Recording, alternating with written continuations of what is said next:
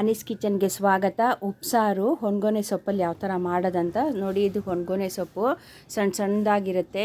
ಇದ್ರದ್ದೆಲ್ಲ ಕಾಂಡ ಗಿಂಡ ಎಲ್ಲನೂ ಪಲ್ಯ ಆಗಲಿ ಇದು ಸೊಪ್ಪು ತುಂಬಾ ಕಣ್ಣಿಗೆ ತುಂಬ ಒಳ್ಳೆಯದಿದು. ತುಂಬ ಪ್ರೋಟೀನ್ ಯುಕ್ತ ಇದು ಸೊಪ್ಪನ್ನು.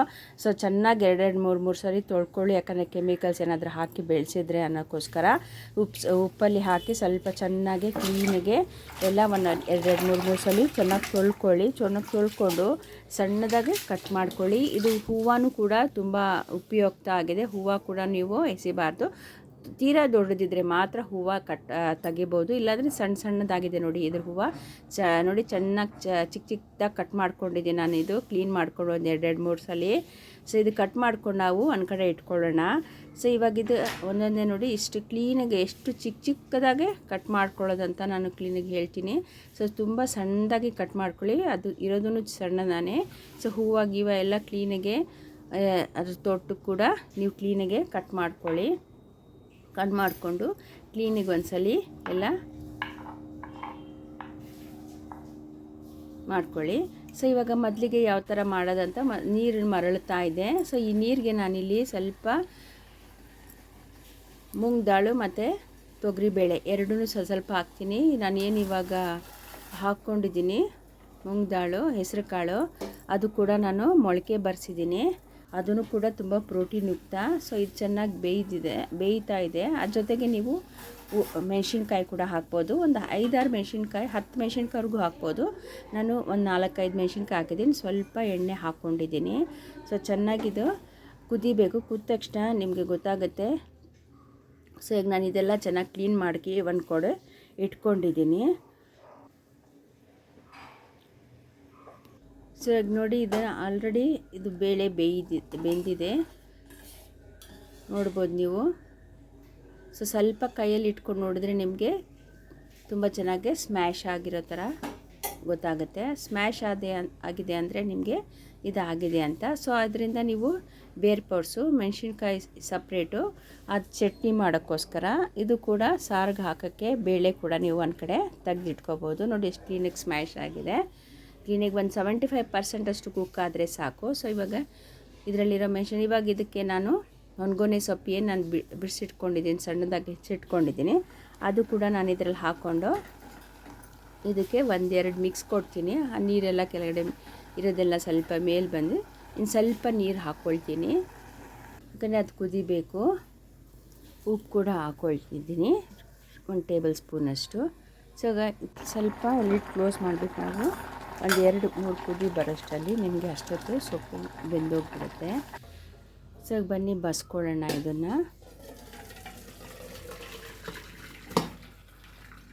ನೋಡಿ ಕ್ಲೀನಾಗೆ ಬಸ್ಕೊಂಡಿದ್ದೀನಿ.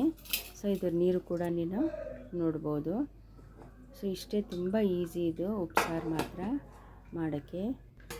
ಸೊ ಈಗ ಒಂದು ಏನು ನಾನು ಮೆಣಸಿನ್ಕಾಯಿ ತೊಗೊಂಡಿದ್ದೀನಿ, ಅದು ಒಂದು ಸಣ್ಣದಾಗಿ ಒಂದು ಚಟ್ನಿ ಮಾಡೋಣ, ಖಾರ ಚಟ್ನಿ. ಸೊ ಇದಕ್ಕೆ ಮೆಣಸಿನ್ಕಾಯಿ ಹಾಕಿದ್ದೀನಿ, ಹಸಿಮೆಣಸಿನ್ಕಾಯಿ, ಸ್ವಲ್ಪ ಪೆಪ್ಪರ್ ಹಾಕ್ಕೊಳ್ತಾ ಇದ್ದೀನಿ, ಮೆಣಸು, ಕಾಳು ಮೆಣಸು ಹಾಕ್ಕೊಳ್ತಾ ಇದ್ದೀನಿ, ಹುಣಸೆಹಣ್ಣು ಕೂಡ ಸ್ವಲ್ಪ ಹಾಕ್ಕೊಳ್ತಾ ಇದ್ದೀನಿ, ಕೊತ್ತಂಬರಿ ಸೊಪ್ಪು ಕೂಡ ಹಾಕ್ಕೊಳ್ತಾ ಇದ್ದೀನಿ ಇದಕ್ಕೆ. ನಂತರ ಬೆಳ್ಳುಳ್ಳಿ ಕೂಡ, ಸ್ವಲ್ಪ ಉಪ್ಪು, ಸ್ವಲ್ಪ ಇದಕ್ಕೆ ನಾನು ನೀರು ಹಾಕ್ಕೊಂಡು ಕ್ಲೀನಾಗೆ ರುಬ್ಕೊಳ್ಬಿಡೋಣ. ಇದು ಸಣ್ಣದಾಗಿ ಪೇಸ್ಟ್ ಆಗಬೇಕು. ಸೊ ಇವಾಗ ಈ ಚಟ್ನಿ ಮಾತ್ರ ನೀವು ಎಷ್ಟು ದಿನ ಆದರೂ ಇಟ್ಕೊಂಡು ನೀವು ಚಪಾತಿ ಜೊತೆಗೂ ಚೆನ್ನಾಗಿರುತ್ತೆ. ಈ ಚಟ್ನಿ ಎಲ್ಲದಕ್ಕೂ ಚೆನ್ನಾಗಿರುತ್ತೆ. ಉಪ್ಪಿಟ್ಟು ಕೂಡ ಸಹ ಪಕ್ಕದಲ್ಲಿ ಇಟ್ಕೊಂಡಿದ್ದನ್ನು ನೆಂಚ್ಕೊಳ್ಬೋದು. ಅಷ್ಟು ಚೆನ್ನಾಗಿರುತ್ತೆ ಈ ಚಟ್ನಿ ಮಾತ್ರ, ಅಷ್ಟು ರುಚಿಯಾಗಿರುತ್ತೆ. ಸೊ ಬನ್ನಿ ಇವಾಗ ನಾನು ಈ ಚಟ್ನಿ ಎಷ್ಟು ಬೇಕೋ ಅಷ್ಟು ಮಾತ್ರ ತೊಗೊಂಡಿದ್ದೀನಿ. ಇದಕ್ಕೇ ಬೇಳೆ ನಾನೇನು ಬೇಯಿಸಿ ಸ್ವಲ್ಪ ತೆಗೆದಿಟ್ಕೊಂಡಿದ್ದೀನಿ, ಅದನ್ನು ಇದರಲ್ಲೇ ಹಾಕ್ಕೊಳ್ತಾ ಇದ್ದೀನಿ. ಸೊ ನಿಮಗೆ ಸ್ವಲ್ಪ ಖಾರನೂ ಕೊಡುತ್ತೆ ನಿಮಗೆ ಆವಾಗ ಉಪ್ಸಾರು. ಸೊ ಇವಾಗ ನಾನು ಇದು ಹಾಕ್ಕೊಳ್ತಾ ಇದ್ದೀನಿ. ಹಾಕ್ಕೊಂಡಿದ್ದೂ ಚೆನ್ನಾಗಿ ರುಬ್ಕೊಳ್ತೀನಿ, ಸ್ವಲ್ಪ ನೀರು ಹಾಕ್ಕೊಂಡು.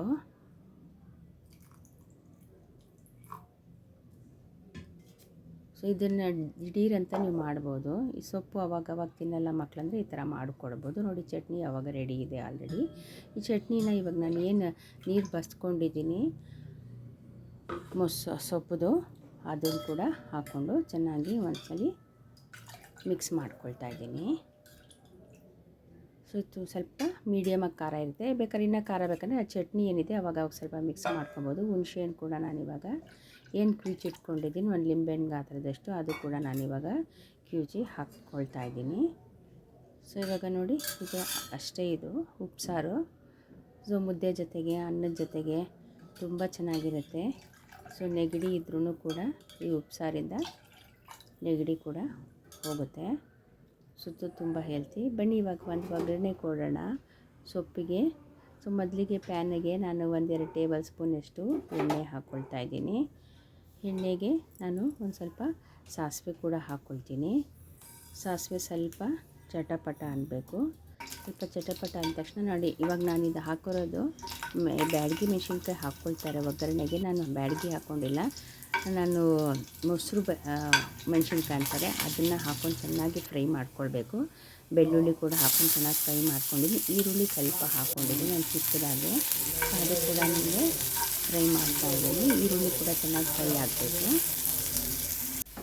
ಆಲ್ಮೋಸ್ಟ್ ಆಗಿದೆ. ಇವಾಗ ಏನು ಸೊಪ್ಪನ್ನ ತೆಗೆದು ಇಷ್ಟು ಮಾಡ್ಕೊಂಡಿದ್ದೀನಿ ಅದು ಕೂಡ ನಾನು ಇವಾಗ ಹಾಕ್ಕೊಂಡ್ತೀನಿ. ಒಂದ್ಸಲಿ 1-2 ಮಿಕ್ಸು ಕ್ಲೀನಿಗೆ ಎಲ್ಲ ಒಗ್ಗರಣೆಗೆ ಮಿಕ್ಸ್ ಮಾಡ್ತಾಯಿದ್ದೀನಿ. ಸೊ ಇದು ಆಲ್ಮೋಸ್ಟ್ ಆಗಿದೆ. ಸೊ ನೋಡಿ, ಇಷ್ಟೇ ಇದು. ಇಷ್ಟು ತುಂಬ ಈಸಿ, ತುಂಬ ಸರಳ, ತುಂಬ ಪೌಷ್ಟಿಕ. ಸೊ ಇದು ಕೊಬ್ಬರಿ ಕೂಡ ಸ್ವಲ್ಪ ನಾನು ತುರಿದು ಹಾಕ್ಕೊಂಡಿದ್ದೇನೆ. ಹಾಕ್ಕೊಂಡು ಇದಕ್ಕೆ ಇನ್ನೊಂದು ಮಿಕ್ಸ್ ಕೊಟ್ಟರೆ ನಿಮಗೆ ಇದು ರೆಡಿಯಾಗಿದೆ. ಹೊಂಗೊನೆ ಸೊಪ್ಪಿನ ಪಲ್ಯನೂ ಕೂಡ ರೆಡಿಯಾಗಿದೆ. ಸೊ ಹೀಗೆ ಮನೆಯಲ್ಲಿ ಟ್ರೈ ಮಾಡಿ, ತುಂಬ ಚೆನ್ನಾಗಿರುತ್ತೆ. ಸೊ ತುಂಬ ಕಣ್ಣಿಗಂತೂ ಅಟ್ಲೀಸ್ಟ್ ವಾರಕ್ಕೆ ಇಲ್ಲ ತಿಂಗಳಿಗೆ ಒಂದ್ಸಲಿ ಆದರೂ ನೀವು ಇದು ತಿಂದರೆ ತುಂಬ ಒಳ್ಳೆಯದು ಕಣ್ಣಿನ ದೃಷ್ಟಿಗೆ. ಸೊ ನೋಡಿ, ಇವಾಗ ನಾನು ಏನು ಉಪ್ಸಾರು ಮಾಡಿದ್ದೀನಿ ಅದು ಕೂಡ ಒಂದು ಬಟ್ಲಿಗೆ ಹಾಕ್ಕೊಳ್ತಾ ಇದ್ದೀನಿ.